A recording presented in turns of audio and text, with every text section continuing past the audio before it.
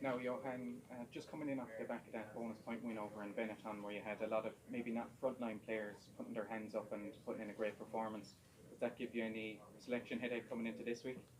Look, a lot of our starters, rested last week or did some individual training, some team training.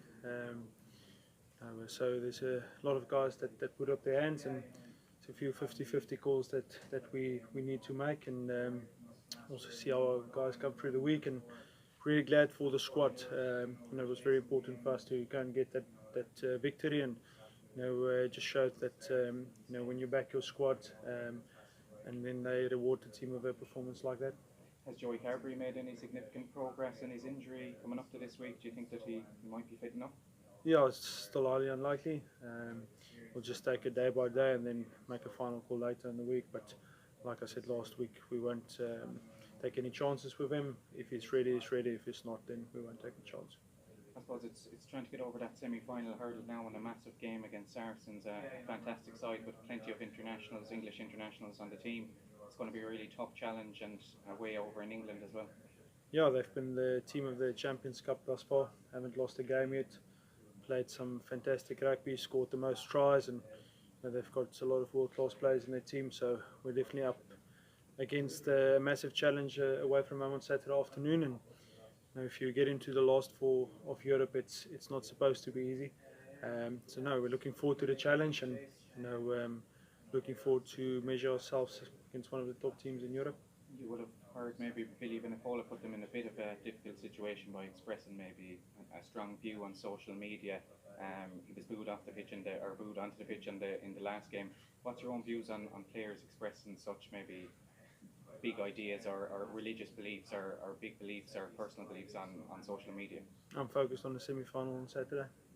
Yes. No problem. When you came out, I wouldn't say kind of unusually, but you pinned your colours to the mast at the Edinburgh game, saying we have a European 23, and that's it. And Tommy was the one changed due to injury. I'm not asking you to say the same this time, but you have a choice to make with that back three that performed so well in Edinburgh, with Sweeten coming in and Conway going to 15, and not Mike Kelly coming back in. Is there positions on this team at this point still open? Yeah, look, you want to back continuity, and obviously the team that played against Edinburgh was very similar to the team that played against Exeter. And if you remember the last time, I said that because we haven't played together for a long time, guys have to be back that I've backed before, and we've played a few games, and a lot of guys have put up their hands. So we as a coaching group will have a look and see our guys come through training this weekend. And like I said, there's one or two 50-50 calls. Obviously, the core of the starting team is well settled, and that's what you want as a coach, is for guys to put up their hands like they did against Cardiff, to a less extent against Zebra, and then the weekend against Treviso, and that's great. If you've got 54 players that you've played throughout the season, for guys keep on pushing. That's all the players can do, is to keep on pushing, and once we make a call and selection, then we back our squad. From a coaching point of view, the better the opposition that you analyse, does it kind of invigorate you a bit that you're going to have to pick this team open? You look at them and go, like, we can go after here, we can go after there. Does it give you an extra lift? Yeah, look, against Saracens, the more you look, the less you find, because they're so good. A lot of teams have tried various things against them. You've just got to look to the pool stages and what happened in the quarterfinal.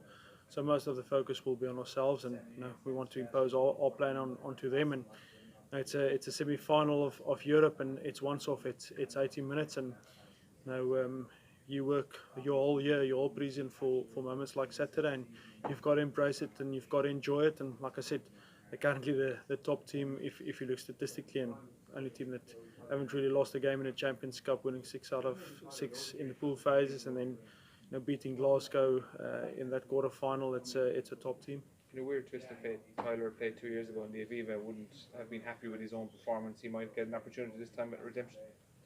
Yeah, look, it's a total new game. 2 years is a very long time in rugby. A week's a very long time in rugby. So I think we'll just look at where we are at the moment and build from the previous performances. And I thought the team played really well against Cardiff, and a lot of changes in the team against Treviso. And we'll start again this week, building up to a massive European semi-final. And Johann, obviously you had the experience last season of the semi-final defeat, well, in the Pro 14 and Champions Cup and this side. has had those other defeats in the semi-finals as well at the European Cup. Is that something you're going to address this week, like in terms of like any like potential psychological issues that there may be getting over this kind of? Yeah, we addressed it. We addressed it last season in our review and took the learnings that we could. And now we are 11 and a half months, almost 12 months forward from that time. So, no, if we win on the weekend, then everybody will say we've learned our lessons, and if we lose, then people will say we haven't. So, our focus is on ourselves. It's a once-off game. What happened on Saturday has got nothing to do with previous years. It's different opposition, a different referee, two total different teams, and like I said, you have to embrace weeks like this, and we're looking forward to it. Johann, you talked about the support, the special Munster support in the quarter-final stages. Looking forward to that again in the semi-final. A great support and a great travelling support as well, all the travelling numbers. Yeah, incredible atmosphere at Murrayfield, and before and after the game, and we call it the 16th man here in Munster, and it's great to have. They can't do it for the players on the field, but they certainly make a massive difference, and we're looking forward to it. And that's what this club's about. It's about the community, and it's about getting everybody involved, not only the players, not only the management, everybody in the whole province, and Munster people right throughout the world, and that excites us, and that's why we love this competition.